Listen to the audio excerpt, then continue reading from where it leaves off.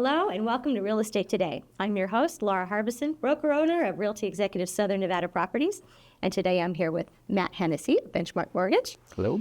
And we have been chatting about how all these online valuation systems and how reliable are they. I meet with a lot of people who have looked up their house, of course, looked up their house online, and, they're trying to figure out, before they go to put it up for sale, what it's worth. And so they've kind of done their own research. And I get questions like, well, why, I looked on, 5 different sites and it gave me 5 different numbers. Why is that? And I have those answers. That's great. Yeah. In our world too, right? We have individuals who might reach out and say, hey, I was thinking about refinancing, and before we ever want to waste a client's money or time, we might even go to some of those websites and just say, hey, based on this, because we're kind of blind in the very beginning, does it make sense to a client to refinance who have enough equity? Let's look at some of these valuations, and they're all over the place. So at what point in time do we put those to the side and say, hey, we need to talk about this with specific accuracy, and that's when you would come in. Give us a little bit of background on what you might look for. Exactly. Well, and, I do have a lot of people call me and say, hey, can you look at this and tell me what you think? I actually even have appraisers, call and ask for my opinion, and we kind of bounce things back and forth. But what people have to understand is with the online valuations, like the Zestimate and things like that, they're using an algorithm.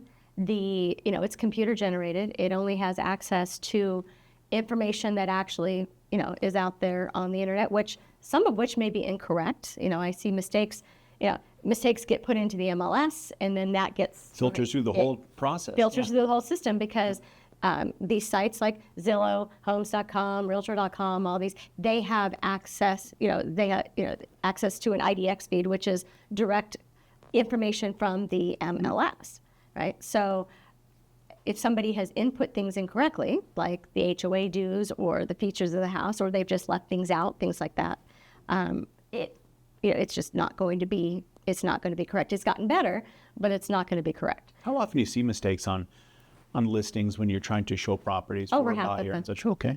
I mean, literally, last year I helped my nephew purchase a home, and we found this great home, and we could not believe it was still available. Well, they had it listed as a townhome instead of a freestanding home. So I'm sure they lost 3/4 of their showings because of that. So accuracy is super important. 100%. But you've got these websites that are pulling that information and literally saying the house was a townhome, which clearly it wasn't.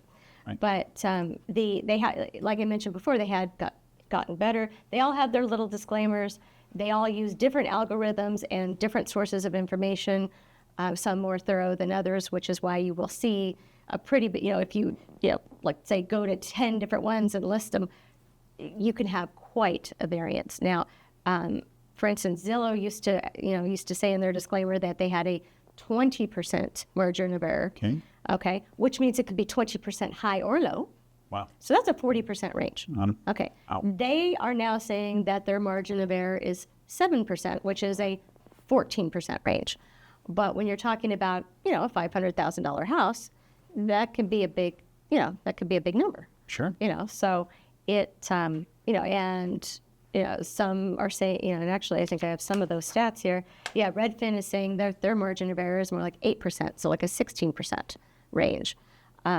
So they all say in their disclaimer, if you read them, that you are not to rely on this and that you need to, contact a real estate professional, such as a real estate broker or appraiser, to give you more information. How often do you see this, where an individual you're sitting in front of, giving a listing presentation, walking them through everything on the home, because you do a lot of homework well before you sit in front of a client, and they share with you, Zillow says this, Redfin says this, or even worse, another individual who's a real estate professional says, we'll list it for this. And you have to be the individual who's speaking honestly to them, not telling them what they want to hear, but rather, if we're trying to move your property in the time frame and the price you'd like to do and with your net proceeds, et cetera, how do you have that conversation of honesty as opposed to just making sure they understand the value you bring to the table? Right. Well, I do research every property very thoroughly before I go and meet with people. So before that, I pulled their tax record. I pulled all the history of the property. And that means if it's been sold before, listed before, I pulled that information and I'm reading it. A lot of times I see a lot of variances, even between listings of the same house. I actually pull all the permits because I want to know. Yeah, I want to know if have they unpermitted buildings that you've done. Well, yeah. Well, when I go and see, does it look different than what I see on the permits? Because did they pull a permit for a new HVAC system? Did they did they make an addition? Did they do things like that? And just so I bring all of this information with me. So in fact, this morning I had a discussion with a gentleman in one of the age-restricted communities. And somewhere online, he had seen a square footage for his property. He thought it was much larger than it was.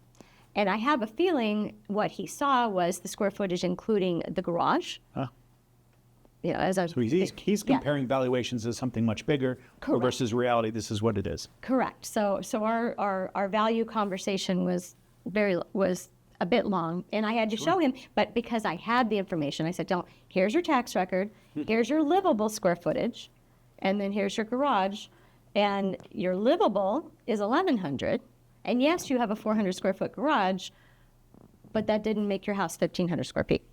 The importance of hiring a true professional, not telling you what you want to hear, double checking things before you actually go into contract. I imagine it's frustrating for both the buyer and the seller, sometimes with what you share with them, but also, you're right, when I'm working with a buyer who looks at something of a property, and you're right, it could be misrepresented, HOA dues, or maybe solar's not on there, or square footage is wrong, or what we see is sometimes condo versus townhome. It's a townhome, but we do a little homework, and it's really a condominium. Those are the things that I imagine as you're looking to properly evaluate a property that you have to do well in advance of getting somebody into contract, et cetera. Right, and have that proper information, because it does affect the loan. I mean, there's a difference in financing between a condo and a home or a townhome.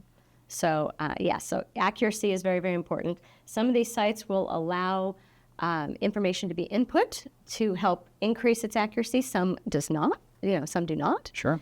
And there's only certain things that you can enter. So it's not going to know that you remodeled your kitchen or, what you've done. Back up to this, back up to that. Yeah. Maybe it's a difference. A lot of it is average.